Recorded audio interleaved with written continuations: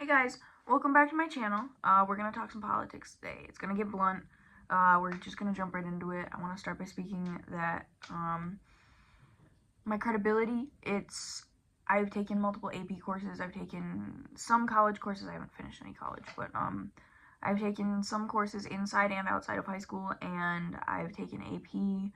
I took macroeconomics, microeconomics, U.S. history, world history, and like a bunch of AP classes regarding most of those subjects.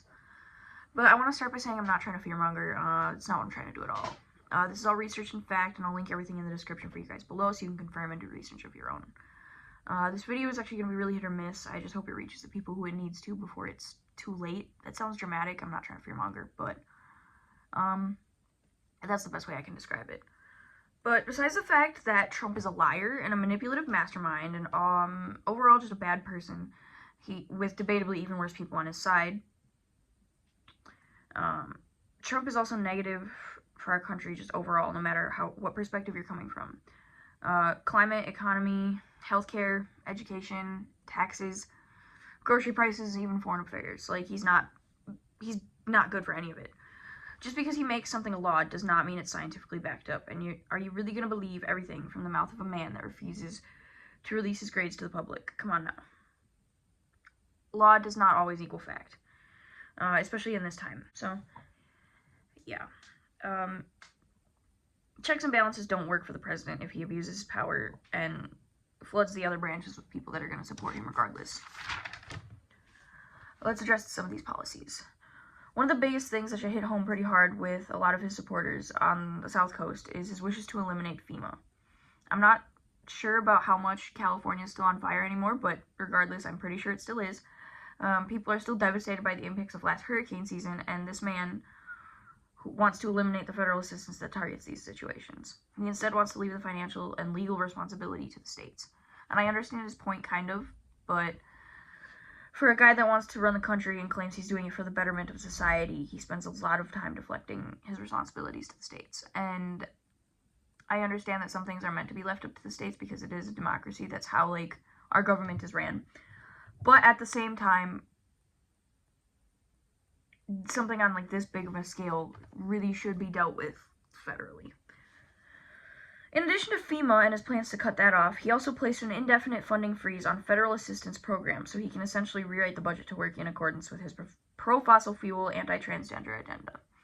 The matter of how temporary this is still very up in the air. This will freeze programs like WIC, SNAP, like food stamps, grants, loans, and it can even affect Medicaid. And Medicaid alone affects 70 million people. That's almost a third of our country. And this guy's got us in a losing battle of an AI arms race with China. Removed AI regulations set by Biden, and because China is so much better at AI than we are, our stock market lost around $2 trillion yesterday. In addition to this, with all the imports tariffs he's imposed, everything that China sends to us as imports is about to get a lot more expensive. And you know what China sends to us? Pretty much everything. Trump also got the U.S. almost in a trade war with Colombia. He's been in office for 8 days, by the way. I know it feels like 8 years, and it might have to be, but I'll get into that in a minute. This essentially happened because Trump and his mass deportations. The president of Colombia insisted that Trump treat his fellow Colombians with dignity, not like criminals, because that's what they are. They're human beings, okay? Even in a time of crime, unless you're like a rapist or a murderer, I feel like you should be treated with some sort of dignity. People fuck up, you know?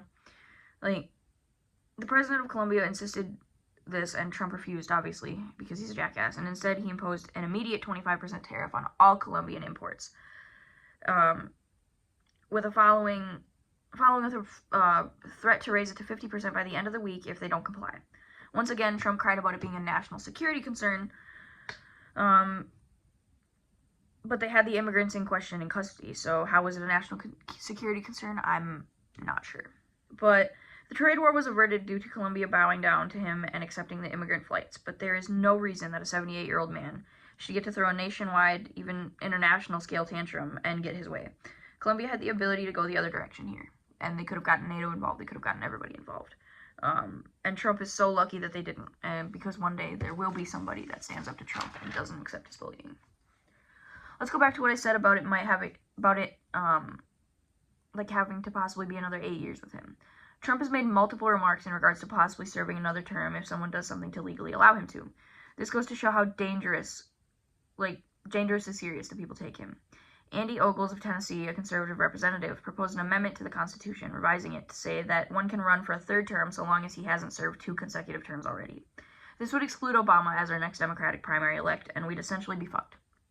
I don't know if you guys listened in history class or economics, but tariffs are bad, no matter how you look at it. This is looking scarily similar to an upcoming unified Reich that we learned about in school. But tariffs, economically speaking, have a potentially detrimental impact because they increase the price of goods in our country and lead to an exponential increase over time. The only benefits tariffs really have is to raise our government's revenue. Trump keeps going with the tax plan that he wants to go through with. Only the top 1% are going to benefit. Moving on from the economic standpoint of things, looking at the mass deportations. From an economic standpoint, undocumented immigrants contribute almost $100 billion in federal, state, and local taxes every year. It is costly to deport them too. It seems like deportations would just make us bleed money. I don't understand why he's targeting it like that. I understand securing the borders because things like crime do exist and trafficking is a real problem, but secure the borders. You don't have to deport everybody that's already here.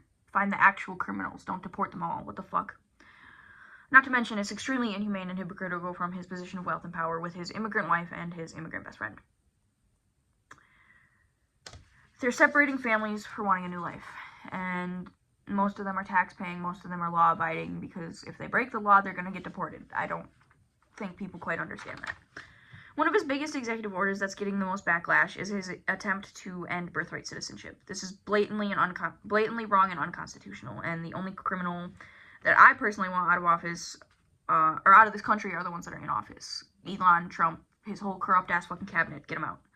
The fact is that your hypocrisy speaks volumes when you voted for a felon but don't want things like weed or potential felons on the street. What do you mean potential criminals? They're immigrants. They're coming here for a new life. Why would they break the law in a country that they think is beautiful and want to support them?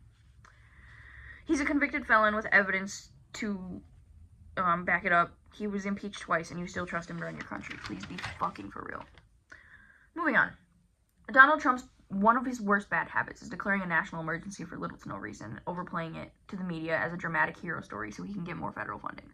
He did it in his first term at the southern border, and he did it again this term. Your taxes are going to fund a wall that will not get finished. A few of his tricky executive orders that you can research yourself that I also really just don't like, and if you don't understand why these are bad, that's on you. I'm not explaining it. It's pretty self-explanatory. He rescinded Biden's executive order 14087 that lowered Medicare prescription prices, withdrew from the Paris Climate Treaty and the World Health Organization. He shut down the Office of Gun Violence and Prevention website. He declared all trans rights just done and over with. He took down the Constitution page on the web on whitehouse.gov and took down reproductiverights.gov. Links are all in the description, by the way. Speaking of reproductive rights, in 2016, Trump promised to appoint Supreme Court justices to overturn Roe v. Wade, and that's exactly what he did. There's rumor of him planning to use the Comstock Act as a backdoor opportunity for a national ban on abortion. And before I get any comments talking about abortion is murder, abortion is abuse, blah, blah, blah, blah, blah, sit the fuck down. Remember when I said law doesn't equal fact? Life does not begin at conception. Let's look at the definition, scientifically, of a parasite. A living organism that lives inside or on another organism called its host, getting its supply of nutrients from it. 5 weeks is when the heartbeat starts. 9 weeks is when it's considered a fetus. 22 weeks is when they can live outside the womb. And a fetus can't feel pain until 24 to 25 weeks. A fetus isn't even aware of its own existence until the 3rd trimester. So up until that point of 20 weeks, 22 to 24 weeks, you would be aborting essentially an unaware, unalive, unconscious, parasitic fetus that isn't technically even alive until it can live outside its host. I do agree it should only be in cases of rape, incest, or trauma due to the mother after the 3rd trimester, but irregardless of the science behind it, it's not your body or your business. It's before the 3rd trimester. It's especially not your business, and around 200,000 kids in America go into the foster care system every year. If you're so pro-life, you should understand that people have abortions because they recognize that that's where the kid would end up. That's not all of them, but that's a lot A lot of abortion cases are. And if you're so pro-life, you know that that's an awful way for a kid to live. Nobody uses abortion as birth control, and that's a rumor made up to fearmonger. Abortions cost hundreds of dollars and are relatively uncomfortable procedures. A lot of unwanted pregnancies happen even with birth control. So even when people take the steps to prevent it, shit still happens. Have a brain in your head to respect that. I could make an entirely separate video on his insane cabinet picks and billionaire besties and talk about how he stood and spoke on a podium in front of the United States emblem with the eagle ready for wartime and facing the opposite direction. I could go into the psychological effects of what he's doing as far as subtly dropping hints that he's going to fuck us all over and seeing if his supporters are okay with it or not. And you guys are just okay with it. You guys are just perfectly fine with it because you're like, no, he's not. He would never. He's literally doing it right in front of you. There's a lot I could get into, but I'm going to talk about the salute that Elon did. And before you jump to comparisons, yes, context matters. No, none of the people in this picture are actually doing the salute. Elon was. Even with context, nothing changes. And in fact, it even makes him look worse and more intentional with it, especially considering his speech in Germany the other night. Let's talk about it. Before you guys start with the argument that he's autistic, that's not an excuse. Everyone I've ever met or seen interviews of with autism also says that that's no excuse, because it's not. He's still a grown man with multiple degrees and a German bloodline so obviously he knows the history on it, and he's media trained enough to know better. Even without media training, nobody is that comfortable doing a gesture so disgusting and out of celebration, unless it's been habitually done before. He did it twice. Twice. There's also video proof of him doing the actual "my heart goes out to you" gesture.